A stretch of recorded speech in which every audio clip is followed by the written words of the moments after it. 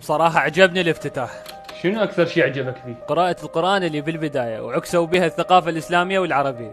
مو بس هيك، وزعوا المسك والعود على الجمهور ودعوا الداعية الإسلامي ذاكر نايك بغض النظر عن توجهات المذهبية، وضافوا شخصية لعيب اللي تمثل الشماغ العربي، وكذلك موقفهم الجيد ضد المثلية. شقد حلو من هيك البلد يظل محافظ على مبادئه.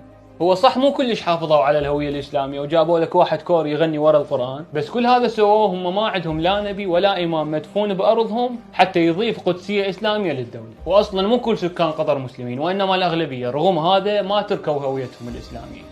ايش تقصد بكلامك؟